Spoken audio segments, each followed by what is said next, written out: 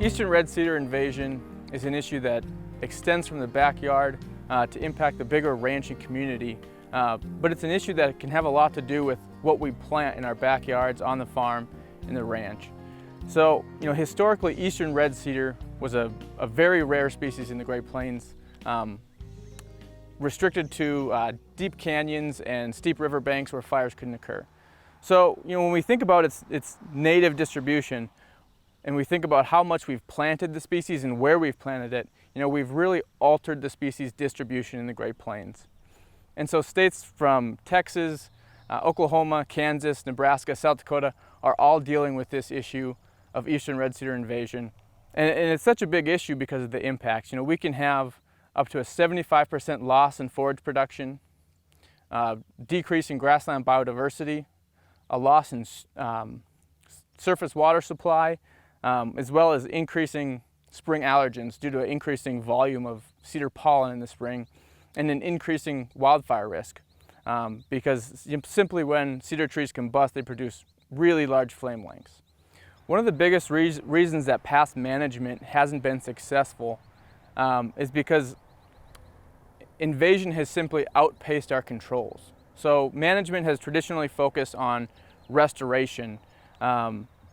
And despite spending hundreds of millions of dollars on restoration in the Great Plains over the past few decades, the problem's gotten worse.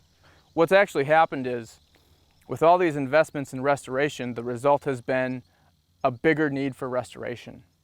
Well, like a lot of species we hear about, management early on, or proactive management, is really key to better managing Eastern red cedar. So if we think about the invasion process, we start off with a grassland with no incoming seed sources.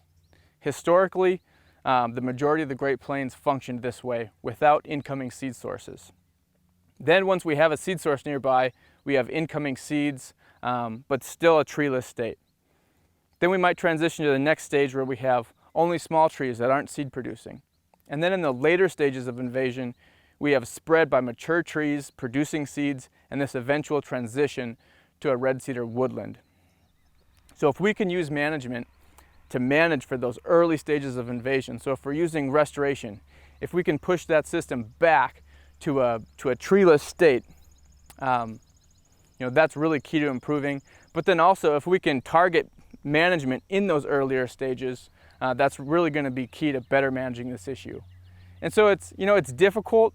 Getting ahead of this issue is going to take a new approach to how we come at this issue. People typically tend to respond when they can see the impacts. But what we're saying is if we act much earlier, we can avoid those impacts and really have better outcomes.